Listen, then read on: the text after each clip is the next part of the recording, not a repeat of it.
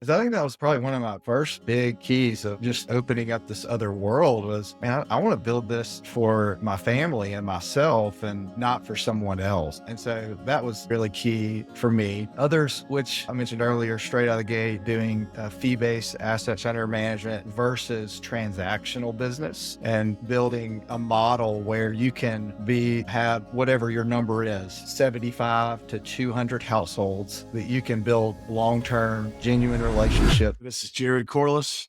I'm your co-host along with Chas Emerson of the Top One podcast. We're excited about this inaugural episode. Hey, everybody. Very excited. We have no idea what we're doing here, but we should have fun. We're going to talk about the business and hopefully have some good interviews. And yeah, we're really excited. By the way, if you need any help with podcast equipment, do not call us because it's been a nightmare getting this thing up and A lot running. easier to do financial planning than it is. We are excited about it. And the purpose of doing this is Chas and I've been in the business for a long time and learned a lot of things the hard way and learned a lot of things from other people. And we want to bring that mainstream and talk about the habits of, as God has blessed us to build great practices ourselves, Chas in particular, and be around some incredible practitioners. And what are the habits and business models of the Top One? And that's what we're planning to bring to y'all. That's exactly right. If we can help folks get there quicker, man, that would ultimately be our goal. 100%. Build it. Chas, why don't you tell us a little bit about your background? Yeah, absolutely. As we listen to you. I'll try to make it short and sweet. 21st year in the business, started straight out of undergrad at 22 years old.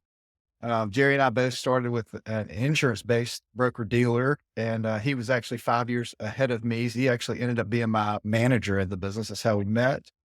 And I was there for a total of 6 years. And we were talking about just a second ago, part of the reason we have this podcast is to help people maybe be ahead of the curve where we were. And I'll tell y'all, Jerry was huge for me in that. He paved the way from the very beginning, was doing fee-based assets under management, which was a big deal 21 years ago to start doing that. And so had the blessing of doing that from the very beginning.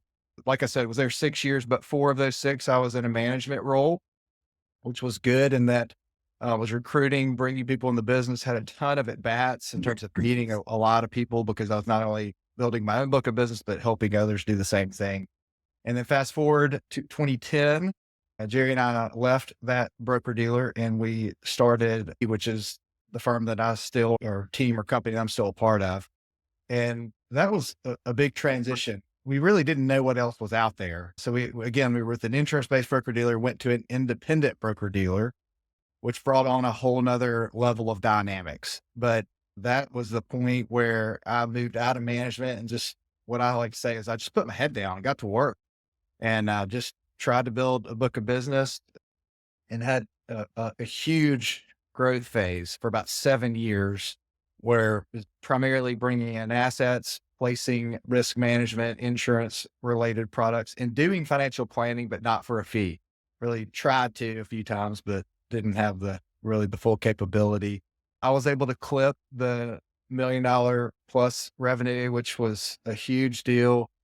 Honestly, when I transitioned from the insurance broker dealer to the independent, it kind of reset in terms of what was my priority. My priority really became just doing the right thing for people. Not that I wasn't before, but having enough money from my family and just living a quiet life. And man, that was really when I started, things started taking off for me in terms of my practice. And then in 2017, I affiliated with our current structure, which was a hybrid between the backgrounds that I originally came from. And man, it's been a breath of fresh air. It's allowed me to do fee-based planning, which I didn't have the infrastructure capabilities to be able to do, continue to do fee-based asset under management and the risk management side. In addition to that, helping build an organization in terms of coaching others and giving back. And that, again, that's part of the reason we're doing the podcast. So I don't know, Jerry, if you have any other questions or anything else you think would be good to hit on, but I think that's pretty good broad brush of my background. Obviously being a part of your own story, very similar, right?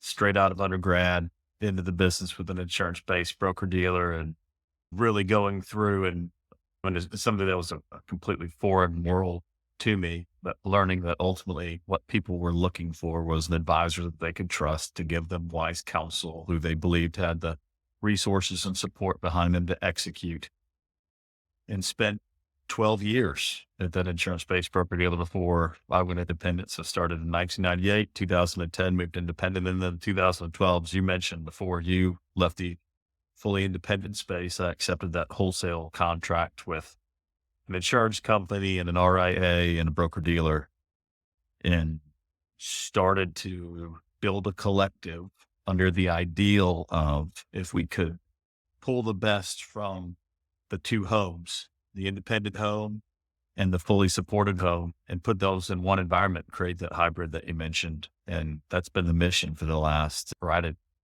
13 years now. Yeah. About it is just getting to be around some incredible practitioners that have built not only big practices, but also big financial planning, protection implementation, and wealth management companies that are a part of our collective, and really learning the best practices and the ethos and the heart and the character and the communication of those great practitioners. And that's what we want to bring to the top one.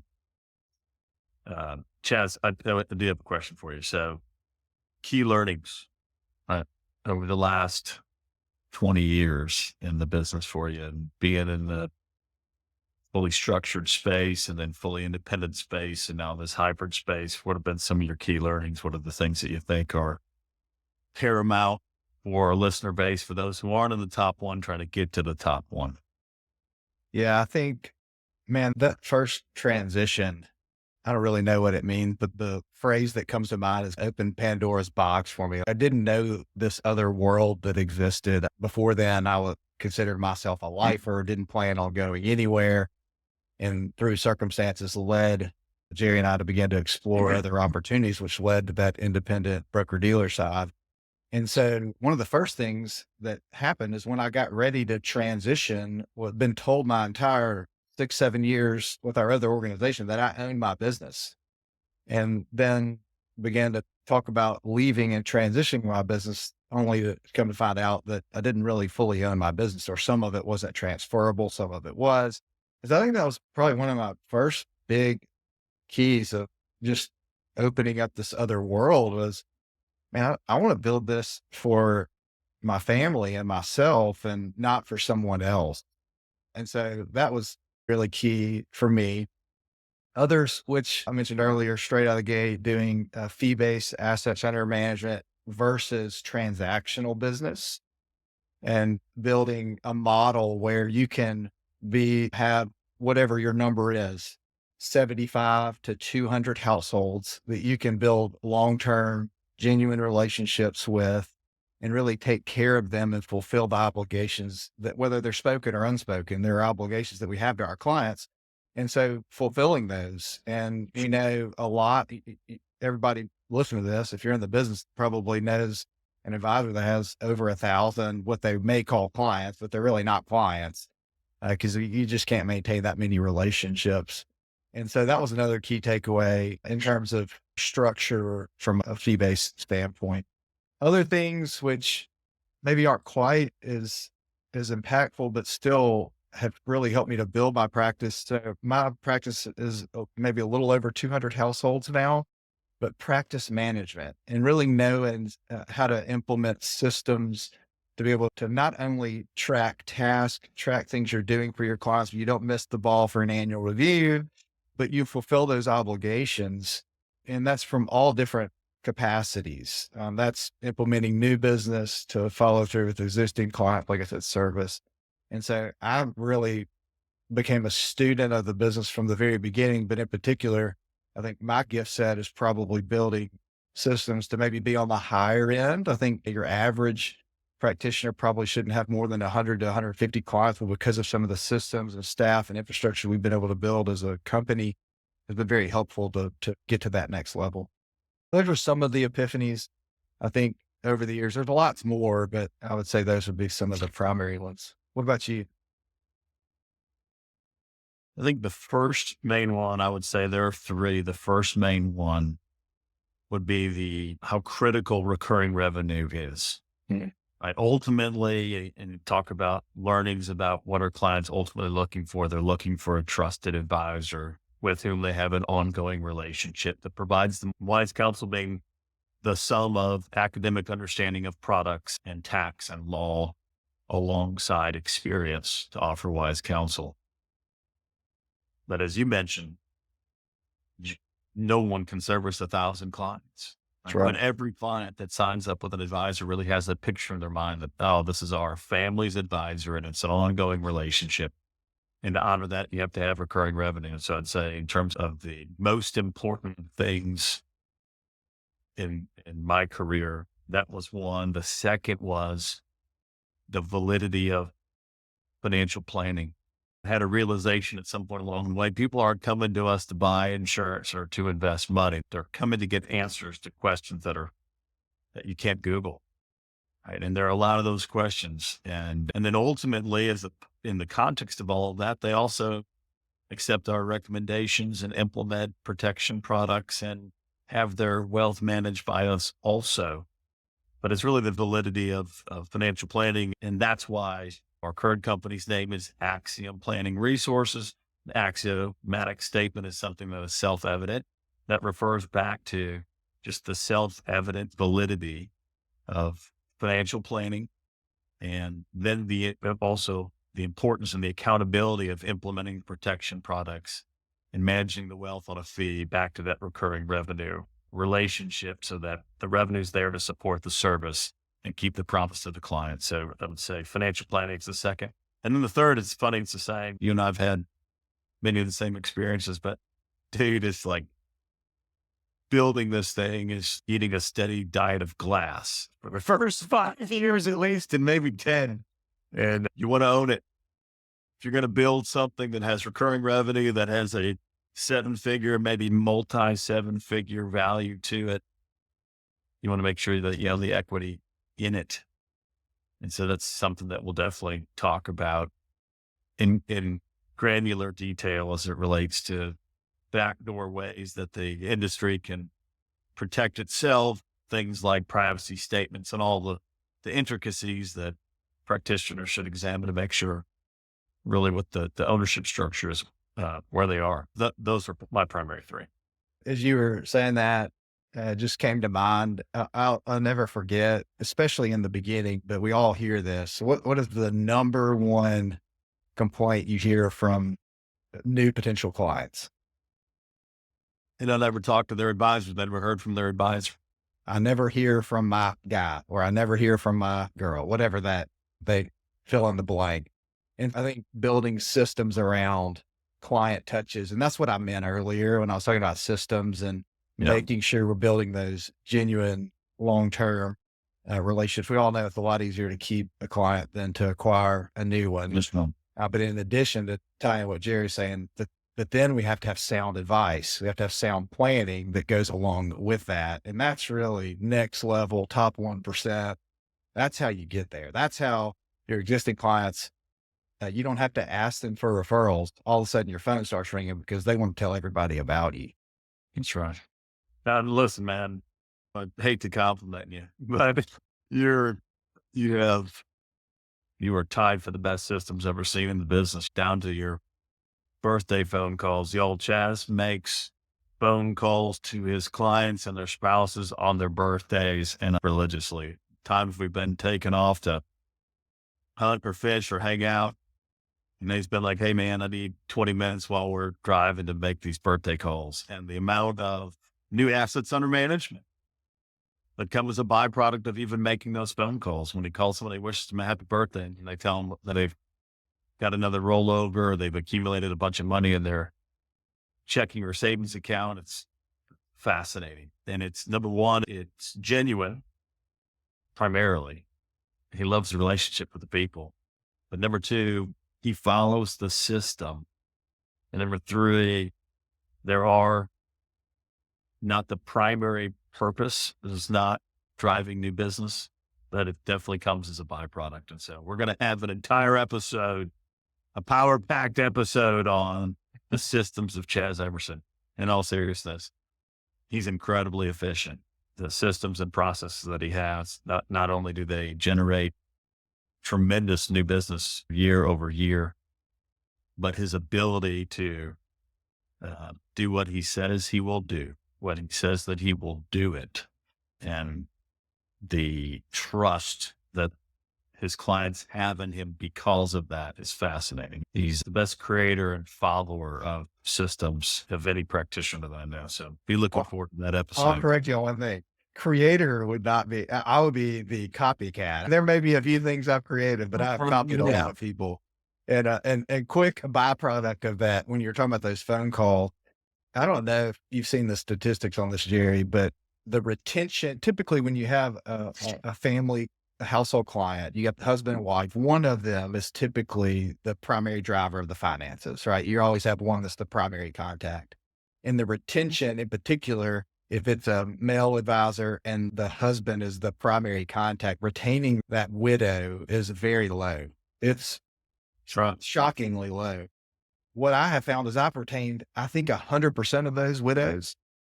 And I think it's attributed to the birthday call, because when I talk to that spouse, it's not they know I care. They know I'm there. And when they're a new client, the first year that I do it, almost every time they'll say, I never got this call from our previous advisor. Thank you for calling. It's crazy. Hey, another just side note, just from a background standpoint, I do still practice, to Jerry's point a minute ago, and am engaged in the business. And Jerry took a little bit of a different route. Was it been, Jerry, 6 or 7 years since you sold your practice? That's right, a little over 6. Yeah. So one of the other topics I think will be really cool that we'll probably tackle at some point is Jerry's continued to build the structure and put a lot of thought and energy into what this thing looks like from a support to advisor standpoint. And I've remained engaged as a practitioner. So we've got this yin and yang thing going where we both have different visions and different things that we think about, but really help each other think through that.